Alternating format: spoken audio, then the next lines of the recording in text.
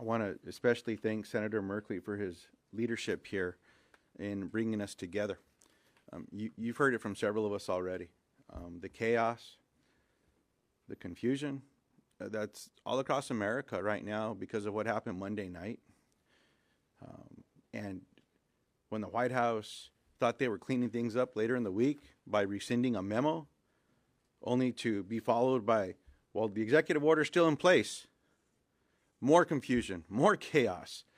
I've been on the phone with constituents from every corner of New Mexico, as my colleagues have said over and over, from every corner in America, Democrats and Republicans, farmers, ranchers, opioid treatment, victims of natural disasters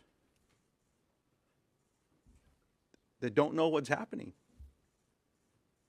Yesterday I had a similar conversation with folks that were here to talk about Head Start, trying to make payroll. Systems that they normally use, those portals to be able to get everything done, weren't accessible. And then later in the day, a switch was flipped on somewhere to say, no, you could do this thing. Everyone tries to crash the system at the same time. What's going to happen? I mean, this is hitting regular people all over America. This is hurting folks. It's just not right. And what concerns me as we go into this, as we've heard already today, is rather than having a conversation with the American people and shedding some light on what happened this week, just to clear things up, rather than having an open conversation like that in a hearing room, they chose to go into a room in the Capitol that's not accessible to any of you. None of the press were invited. The American people were left out of the room. That's only going to create more chaos and more confusion while they're trying to get the person in who, through my line of questioning with this budget hearing, while Mr. Vogt time and time again refused to ask questions of my colleagues about Project 2025 or the foundation that he founded as to what it was about or why he was in the hearing room, he owned it when I asked the question, why did you found this group? He said it was to get President Trump ready with the next 4 years and to develop the documents to be able to put these budgets together.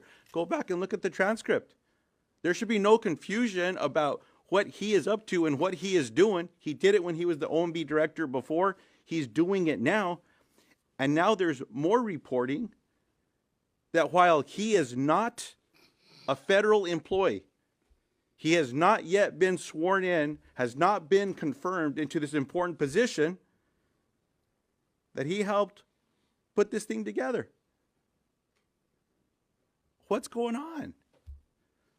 There's a lot of alarm here, a lot of questions, a lot of confusion, and it should not have been difficult for our Republican colleagues to work together in a bipartisan fashion to give a few more days for this hearing to take place and be honest with the American people, because that's all people want across the country. They just want to know what's going on. They don't need to be confused. They don't need this chaos. And again, think about all those victims and these natural disasters, people who lost everything. In New Mexico, we had the largest fire in our state's history 3 years ago. Isn't it hard enough on these families dealing with the trauma that they're already going through than to try to figure out if 3 years later they're going to be able to get the funds that they were promised to make themselves as whole as possible? But yet, another sleepless night. This is just not right for the American people. So I pray to God that my Republican colleagues can right this wrong. It just doesn't seem like they're willing to do it. Another colleague that has been working hard to provide support to his families as well, also stricken with a natural disaster in the state of California, Senator Alex Padilla.